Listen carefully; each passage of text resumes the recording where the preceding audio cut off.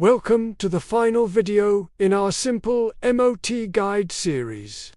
Today, we're covering the last few checks you can do at home to help your car pass its MOT. We'll be looking at seatbelts, dashboard warning lights, steering, brakes, suspension, and the exhaust system. The best part is you won't need any special tools for these checks. Just your eyes, your ears, and a few minutes of your time. By paying close attention to how your car feels and sounds, you can spot potential issues before they become an MOT failure. Right? Let's start inside the car with one of the most important safety features, the seatbelts. Sit in the driver's seat and pull the seatbelt all the way out. It should come out smoothly without sticking or catching. Look along the length of the belt for any signs of fraying, cuts, or serious wear and tear. Now, let it go. It should retract smoothly and quickly back into its housing. A slow or sticky retraction can be a fail. Next, click the belt into the buckle. You should hear a solid click. Give it a firm tug to make sure it's locked in securely. If it doesn't lock, doesn't retract properly, or the fabric is badly damaged, it's a definite fail. Don't forget, you need to repeat this exact process for every single seatbelt in the car, including the ones in the back. Rear seatbelts are checked in an MOT, even if you never have passengers back there. So make sure they're all in good working order. Now, let's look at the dashboard. Turn your ignition on, but don't start the engine just yet. You'll see a collection of warning lights pop up on the dashboard. This is completely normal. It's the car doing a self-check. Now, go ahead and start the engine. Watch the dashboard closely. After a few seconds, most of those warning lights should go out. The ones you really need to pay attention to are lights like the engine management light, the airbag light, the ABS light, and the brake warning light. If any of these stay on after the engine has started, your car is likely to fail its MOT. This is a clear signal that something is wrong with one of the car's key systems. If you see a warning light that won't go away, don't just cross your fingers and hope for the best. It's much smarter to get it investigated by a garage before your test. Next up, let's check the steering. With the engine still running, sit in the driver's seat and gently turn the steering wheel from left to right. It should feel smooth and consistent. You shouldn't hear any strange knocking, grinding, or clunking noises. Also, be aware of any excessive stiffness, which could point to a problem with the power steering. Now, while the car is stationary, gently rock the steering wheel from side to side just a little bit.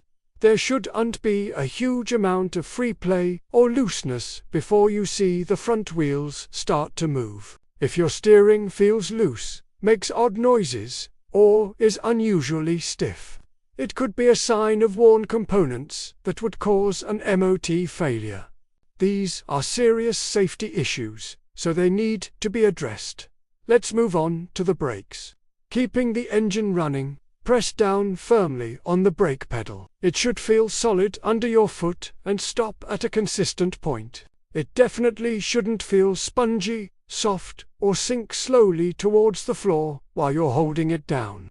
Any of those symptoms could indicate a problem with the braking system, like a fluid leak or air in the lines, which is an immediate safety concern and an MOT fail. Now, for the handbrake or parking brake. Release it fully, then pull it up again firmly.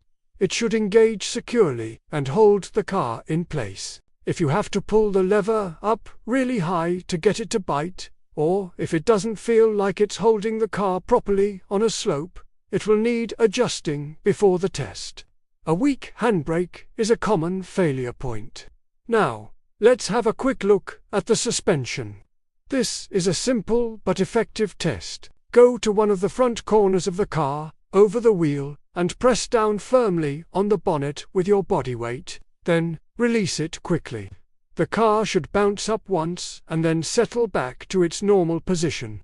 If it continues to bounce up and down a couple of times like a pogo stick, That's a classic sign of worn-out shock absorbers. Now, go and do the exact same test at the rear of the car, pressing down on the boot area. Excessive bouncing at either the front or the rear suggests your suspension isn't working as it should, and that could be enough for a fail.